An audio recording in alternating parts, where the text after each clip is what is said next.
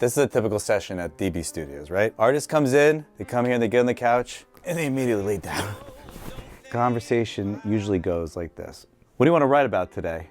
And then they just pour themselves out. This is the therapist couch, you know? This is where a lot of songs get created from just people going through stuff. Just surrender if you like what you have. Hey, here we are. We made it. We made it. You made it over here. Yeah, but this is your space. I love this. So yeah, where did it all begin? Take us all the way back to the beginning. Long Island, New York. Hey. Where are you from? Are you from New York? I'm from Massachusetts, kind of near New Hampshire. And what about your area? Mid-Eastern Long Island, Port Jefferson, New York, Mount Sinai actually specifically. My dad started a live theater. Oh wow, out there. Cool. Like an off-Broadway live theater on Long Island, basically as like a breeding ground for Broadway actors to kind of like go in and, you know, when they're not doing shows and whatnot. So I come from just like a lineage of entertainers. Was he doing that kind of stuff before? He migrated to New York as trying to be a Broadway actor, director. He was very well versed in like the director side and the actor side. The singing and the dancing wasn't quite his forte, so I think when he realized he wasn't a triple threat, he kind of was like, okay, I'm gonna do more of this side. And then I guess through that it kind of like evolved into him starting his own live theater. He met my mother, who's she's an actress on Long Island, and she was dozens, if not hundreds, of performances at this point in her life. And so I grew up in the back of this playhouse, 400-seat theater, just sort of immersed in all of these kind of thespians. Through that, I kind of obviously had a pulse on like stage performance and what was going on with that. Yeah, I was kind of nudged into being, you know, in the acting world. I was a piano player, kind of like, you know, learning music, and eventually when I kind of discovered jazz, essentially kind of like specifically what like Bill Evans was doing on records, I was like, I want to do that. Mm-hmm. I started piano at 6 and, you know, went through like the stages of learning how to sight read, learning notation, learning about music, and then like most kids, you kind of like, when you start to get into your pre-teens, you kind of want to go and like do other things, like be with your friends, play basketball, hang out. And it wasn't until I heard Bill Evans on like Kind of Blue, that solo was my favorite solo. Specifically, it just moved me so much. And I'd already been like into the piano and music, but once I kind of heard that, I was like, I need to do it. It wasn't like I want to do that, it's like I need to do that. Yeah. And I always hear this phrase like, musicians, you don't choose music, it chooses you. And that sort of was like that was the moment where it like chose me. I was like, I have to do this. Through high school, I sort of cultivated that and started to be more specific in the piano lessons I was doing, and what I was learning and how I was evolving through that. And then you sort of get this like positive feedback loop when you excel at something, and then you think you can do better and better, and you just keep improving. So, you know, you get invited to all the all-state conferences and all the things that you do at that level. And how old were you when you kind of discovered that you loved to sing and there was something special about it? It's funny you say that. I don't know if I so much loved to sing. I just had like that natural ability to do so. I was never like a, hey, look at me kind of singer. I was always sort of like kind of very introspective in that terms, and like I had gone through all this like stages of like, oh, like figuring out how to sing. I had a good ear. I was able to like harmonize at like 7 years old. I could like hear something and like harmonize with it. That's how you kind of, and obviously my mother's a singer. She's an actress and a singer, so you kind of pick up from that. But I think naturally you just kind of given that ability to do so, which you can train as well, but I just had that at early age. So I could do it. So with that, I was able to like, I could also like emulate other singers. So I started to try to find like my own voice or like my singing voice just by doing that. When I got into jazz, like Harry Connick he was like the guy. I was like, that's a cool thing. I want to do that. And you could probably relate to that because you see He's playing the piano. Playing the piano. And singing. It's and like, oh, I didn't know you singing. could pair the two together. Right, yeah. He's sort of this kind of like, okay, this is like something I think I could, pursue. So yeah, I would just like listen to Harry Connick Jr. and he has this, he has this like really sort of breathy, but kind of bouncy kind of voice. It had to be you, like just, it kind of had this like really mixture that I kind of really based off of that. And then through that, like I got into like R&B singing. I used to love like Brian McKnight. This was a little later, but just on the singing note is like for an entire year in college, I just sang in my falsetto like Brian McKnight. Wow. Okay. So I could really improve like, ha, so I could really improve like how strong my falsetto was. It's interesting because you're coming from piano, so the piano notes are very definitive. You play a C, it's exactly a C. Right. So that probably helped with your singing because you had that definitive pitch of C, so when you're practicing it, it's, you have more of a destination to arrive to. Sure. I mean, Or some influence of, those definitive notes probably played into the vocal. The pianos in particular, it's like, it's very complicated, but it's also very like simple, right? You have these 12 notes and they just repeat themselves in different octaves. And through osmosis, your ear just develops. Playing the piano, then all of a sudden you kind of just like sing with it and you kind of go with it. And when I was like 13, 14, maybe around 14 or 15, and I had like developed this idea of like, oh, okay, this sounds cool in my voice. And I had already been playing like jazz piano. I was just like, hey, Mom, Dad, check this out. I did like a version of My Funny Valentine or something. And they were like, they were like, whoa, where did this come from?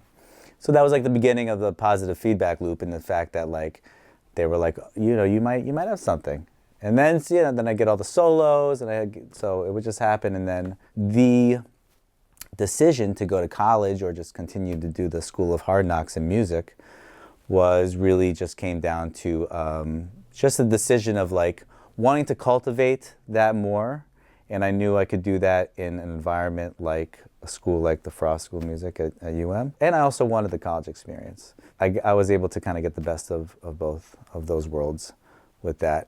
That propelled me into Miami. Which we both went to. Which we both went to. Well, that's University of Miami. I know. Yeah, I don't know if everyone knows that, but I keep saying like, yeah, you know.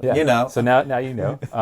Both went to UM. What years were you? I wonder if we were there at the same time or you were there before me. I feel like I was definitely there before you. Okay, because I was there 2006 to 2010. Right, so we overlapped. I graduated 07. Okay. I think I remember, yeah. It's a small school, the Frost School, but UM has kind of got a bigger campus on it. You were a jazz or studio music and jazz major there? Or what was your major while you were at school? That was it. But they kind of throw you for a loop because when I was coming out of high school and I saw that, I actually thought that this was like, oh man, I'm going to learn about the studio and being like a studio musician. Right. And it ended up being more of a performance degree. But I really got the most out of it because the funny thing, just to kind of like roll back, is that I only come from performing. My parents are performers. So I was sort of like instilled upon, if you want to make money in music, you got to be a performer. Show business. Yes, right, exactly. So like that's all I knew. I knew how to gig. I knew how to like play shows or like play or like cocktail hour or whatever at that time in my life. But I did really want to learn about the studio. I knew that was like a big passion of mine.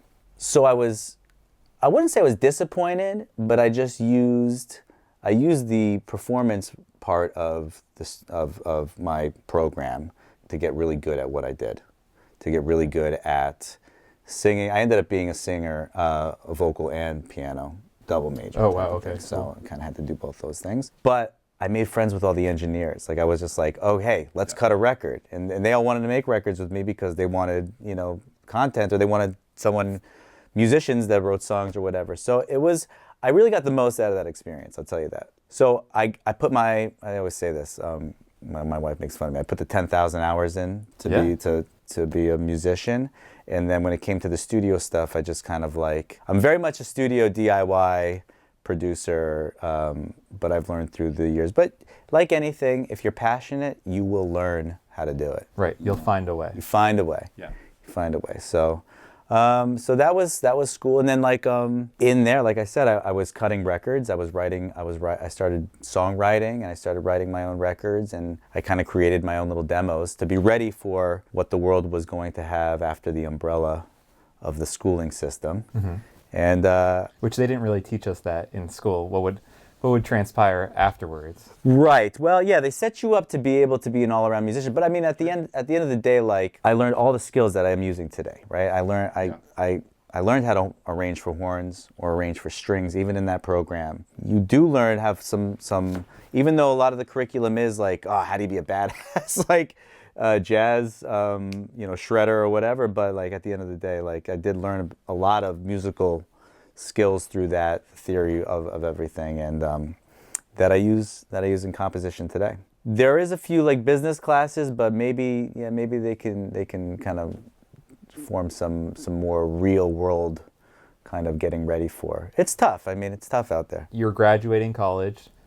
Did you have any ideas of what you wanted to do next, or what was the trajectory? The simplest form of the answer was coming out of school was I didn't care about like fame or celebrity, because I was coming out as like the singer, the songwriter. That actually wasn't that important to me. The importance was to create a life just doing music. I didn't really know, and I did flounder for a few years after school, just kind of figuring out. Actually, right after school, I had kind of worked into sort of a label situation because I had done all these demos. I kind of started working towards an album deal type of thing.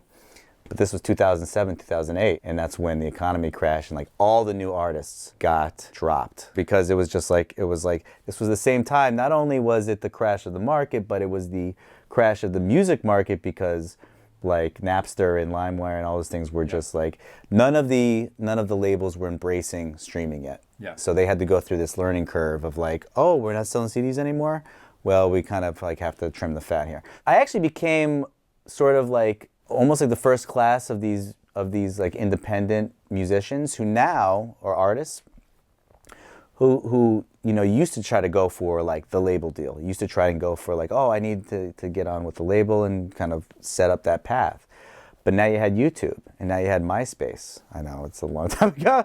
We had YouTube and Myspace, and you had all these like little tools that like you could use to get exposure. Right. And I was never huge into like putting myself out there in that regard, but when I started to do that, things started to happen, because it was growing. Yeah, there was a magical time when Myspace was around for artists to, like Skrillex got discovered. Yeah. Just so y'all, the trajectory of music, I would say, bands in the 70s, you had to be on a major label. They would cut your album to vinyl. Through the 70s, 80s, 90s, CDs started to come around, so people could still sell physical products. Major labels, some indie, but it was usually through a label for the most part. When Napster rolls around, music is just uploaded for free, so it changes the whole system of everything. And then CDs start to dwindle down after MySpace, and it's just a whole new ball game. If you think of the economics of CDs, what's it cost to print as like a CD with the materials, maybe like $1, right? And then they're selling these CDs for $19.99. Remember when you have a 12-song album, like and you're selling it for $20. As opposed to the 99 cents per song. So you have to kind of, they had to really kind of like just change up all like it's still evolving now. I still feel like it's the Wild West. Like they're still figuring out streaming. They're still figuring out media, how they're compensating for different types of media and stuff. The music industry has like sort of pivoted. Now the movie industry is sort of like starting to get into like that sort of the same sort of issues with the AI, because now they can like generate all these like actors and whatnot. They had vinyls, then they had 8 tracks, and then they had the cassettes. And then the cassettes you were able to record into the cassette. So that was the first kind of like, right? That was the first step. It was sort of like, oh, pirating music. But you had to sit there and you had to freaking record it off the radio or whatever.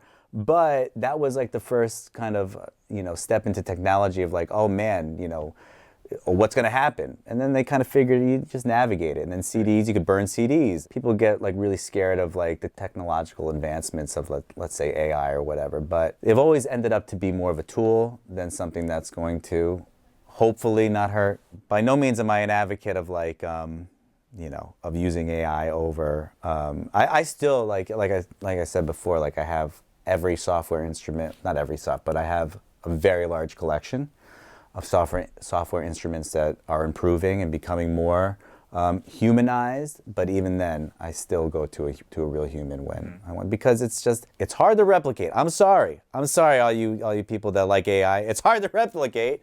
And the same thing with, like, yes, there's a sound, you can get similar sounds through digital plugins that you can't get with the analog gear, but there's just something there. There's something there that we feel as creators and producers that we need to put on those records to make it the absolute best part. And you may not hear it, but you'll feel it, right? Yeah. Same thing with the AI. You may not hear it as a listener, as just like an average Joe listener, but I promise you can feel it. Graduated college, 2007, 2008. I'm out, baby. I'm in the real world. You're in the Myspace. You're kind of getting your music out there. Yes. Where does it go from there? That was a very great time in my life because I was trying to figure it out. I mean, I was just you don't know, I know, but like I was trying to figure out, like, am I a songwriter? Am I this crooner producer? Am I a pop guy? You're influenced by so many things and want to do so many things. And you're also told by a lot of people that you could do this or you could be the next thing. So you're sort of like in that area, you're kind of like pulled in so many directions. And a lot of the times I'd be like, I'll do that. Oh yeah, I can do that. Oh, you're gonna say I'm gonna be this type of artist or this big of an artist? Yeah, I'll do that. I found that if you're not your most genuine self, so for like 2 or 3 years, I had my dad's gonna kill me that I keep saying he's like a big advocate of not doing that. I was just trying to figure out what my place was. Like, what was that? I knew I was a singer. I knew I could write songs. I knew I had the ability to perform. Again, was that exactly what I wanted to do? But it's all I knew. It was like performing was that show business. Mm-hmm. So after a few years of figuring it out, I finally said, you know what? I'm gonna move to Brooklyn and just like become a jazz crooner. I really had to go to this like kind of like reflective state back to Harry Connick Jr. saying, what got me into music? Right. What got me? So I had, before that, I had label deals. I'd gone on tour with this guy, Lloyd Price, which was a really great experience. I was doing a lot of different things in music. I was just kind of trying different things out. I had little nuggets of positive things happen that I could pursue. I just didn't know which one that was. So, which maybe made that harder. Oh, so hard. Because there's all the branches that are starting to inch up and forward. Exactly. And how do you choose which, or not choose? Yeah. Well, I mean, you have to choose something. You got to do something. I mean, I feel like I'm a big proponent of like the riches are in the niches. I like mastering one thing and being like the best at that or being really good at that. That's true. And I do that with a lot of like even my gear. Like I won't get another piece of gear until like I know how to use that thing inside and out, It was easy for me to embrace performing because of just like where it was in my lineage. So I did. So I moved to Brooklyn and I basically was just like, I will play at any club that will let me play. Just pounding the pavement. Mm-hmm. And I was utilizing MySpace and I was making some YouTube videos. Mm-hmm. A lot of YouTube videos of like, oh, here's me making a track, or here's like, oh, watch me do, I would do the shtick where I would do like the mouth trumpet thing. That's like a big thing in the jazz world, right? Yeah. I would set up these like residencies because I didn't have a draw yet. And that was the biggest thing that New York club owners would say. They'd go, okay, how many tickets can you sell? And you'd be like, oh, I don't know. I would set up these little residencies and just try to build. Like I'm from New York, so I had friends that would come. And I would do these little videos, and I had a video of me doing the mouth trumpet thing, and this one club owner, Bernie Firshpan, shout out to Bernie Firshpan, the Metropolitan Room in New York City, which was like this off-Broadway cabaret club. He basically hits me up and he goes, he was the first club owner to say, I don't care how many people you can bring in, I want to say that you started at this club because I see something in you. And I said, wow. Yeah, you probably don't see that very often. You don't see that often. Yeah. You don't see that often. But you have to throw out all those, do the things like, do the videos. But I was also getting some buzz just around the scene. If you play clubs, people talk, people start to, so there was that working for me. But he did see a video and he reached out to me and he said, okay, I'm going to give you some dates at the club. We're going to do some marketing behind you. And it was just like a very great It was a great opportunity to just, but then I had to deliver, right? I had to execute. So he gave me 5 dates. Actually, first started off at 3. First date, I don't know, we had like 40% of the club. That's pretty good. Yeah, I mean, it was a small club. It was a small club, okay? So it was like I don't know, it was like 120 maybe, like, size. The great thing that happened was he invited some people, like press, like Broadway World and some other things. So I started getting some press. So next date, a few more people came, started to go up, and then the New York Times did a piece on it. So once I got the New York Times and then the Huffington Post. So once I started getting those, 4th or 5th date, I think, it was a 125 seat venue. People were out the door, like you know, at this, into like, it would spill over into this like secondary bar area. It was packed. I had to bring it, and I had to like bring a performance that wanted people to come back for. And I guess I accomplished that because I kept selling that place out. And so basically my pursuit in New York was to climb the club scene, see what opportunities come out of that, you know, get into the industry, get my name in the industry that way. So as I grew in that sense, then I realized, then the booking agents started come to me and say, hey, would you want to do this casino? Would you want to like headline a casino? I go, sure. So then I would start to get these residencies at these casinos.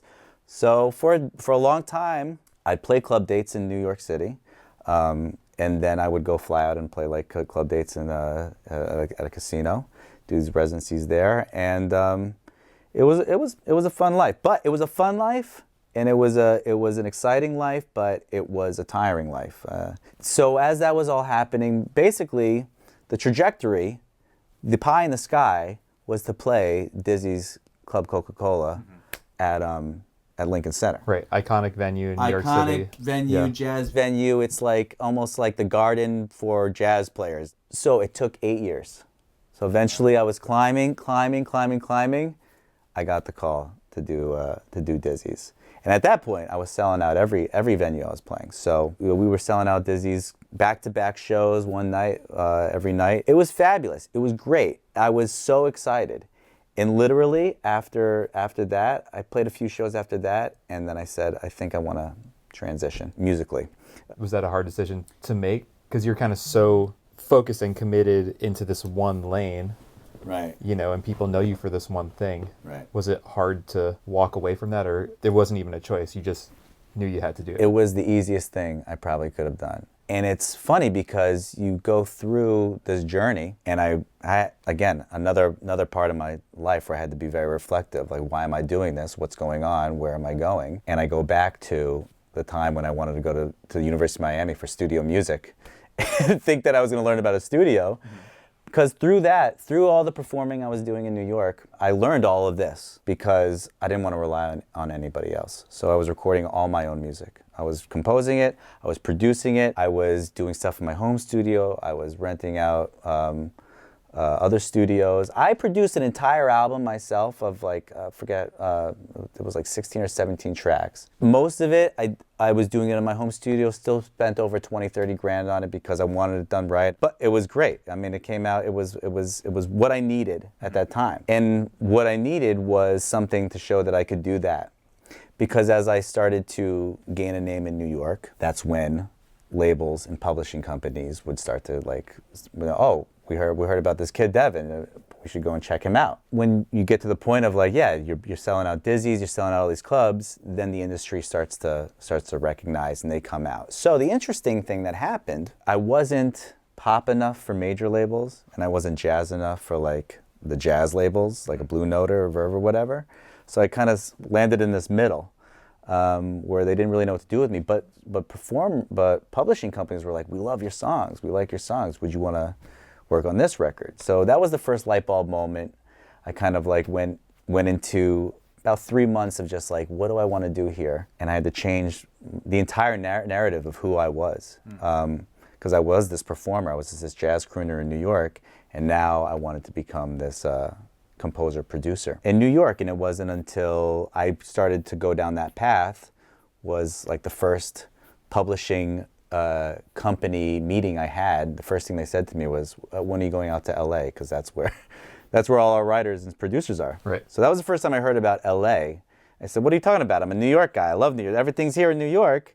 They said, nope, you got to go out to LA. So once I did that and saw what the life of a producer was, then it became a lot sexier because then I didn't have to be out on the road. I didn't have to be up, in club dates till 3, 4 in the morning. It was just like, I liked the structure, just the icing on the cake of this whole story. The first record I ever did for an artist. We worked on the record. We wrote the song together. I produced it. I composed it. It came out. I vocal produced it, which is another thing that is because I'm a singer and because I'm a producer, like I take a lot of pride in making anyone I work with sound the absolute best they've ever sounded in their life. And I worked with this like very, very well-established, great singer, and she hears the track and she goes, Devin, this is exactly what I wanted. I've never sounded so good. This is exactly what I thought the song would sound like. And that right there gave me more gratification and satisfaction working with that artist than like doing a show and having all these people come up to me and be like, oh, that show was sick. Oh, the show was great. You did great. I don't know. There was just something that just felt more genuine and real. Maybe because like after a show, I'm like really hard on myself and I'm like, yeah, but was it great? Yeah, but I missed that, It was just something about that interaction and that experience that I was like, let's kind of go this way. And I loved it. And I know that feeling of when you get a record to come to life. It's like amazing. So I love being part of that, a facilitator of that process. You do some work for film and television? Yes, I have a few publishing deals that do music for different licensing and like sync work. I've done some films. Right now I'm doing a lot of artist records. Kind of ebbs and flows in that way. Some of like the sync deals that I have are for like different shows. So sometimes when they know a show's going into edit, into post, then they like, oh, we need all this music for that. So sometimes I'll just like grind out that for a while, constantly just doing as much as I can to just be doing music for my entire life, Yeah. It takes a lot of work and it's a lot, we're entrepreneurs, obviously. I'm a business owner, even though I'm the business. So I'm the boss, so I'm the only one that's gonna hold accountable. So yeah, it's a lot of pressure and a lot of work, but it's very, very gratifying. Like the first movie I ever scored was premiered at the TCL Chinese Theater, and I heard that score in like a real movie theater. It was like, oh my God. Oh yeah, there's nothing like that. Oh my God, the dozens and dozens of hours of me trying to figure out like what works for this scene and whatnot just paid off in that 8-minute or whatever of scoring that I did. Well, it was a 20-minute film. So. And I know that when I go into the process and I'm constantly hitting my head against the wall, I know that when I get to that end, oh my God, there's no drug better than that. It feels so good. Plus you have full control. Like when you're performing a show, it's that one moment and it's happening in real time. Yeah. Whereas the production and the sync and all that kind of stuff, you can take as much time to really perfect it the way you see. And I like that control. I like that control a lot. Like you don't have a lot of control over some of these things, but that I guess you can control like how you manage that. I mean, creating and developing a song from start to finish is also one of the hardest things to do, and to actually finish songs and whatnot. So where can people check out your music, or how what kind of services do you offer if people wanted to work with you? If you really want to contact me, hit me up on Instagram, Devin Bing Music. That's the best, and you can see a lot of stuff I've done back there. Well, thanks, man. Thanks for letting me come over and invade your amazing studio space and getting to jam with you and talk to you. It's Dude, awesome. I'm excited. Thanks for coming. Yeah, awesome.